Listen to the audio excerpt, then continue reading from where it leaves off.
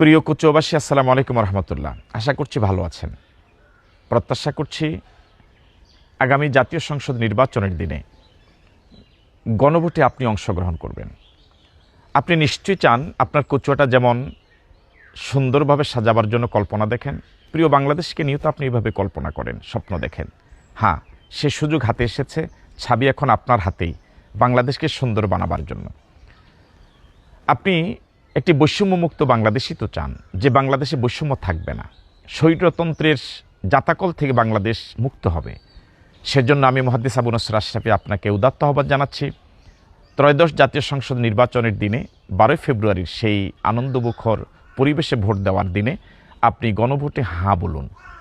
আপনার হাঁ মানে বাংলাদেশ, আপনার হাঁ মানে স্বাধীনতা, আপনার হাঁ মানে সার্বভৌমত্ব, আপনার হাঁ মানে বৈষম্যমুক্ত বাংলাদেশ।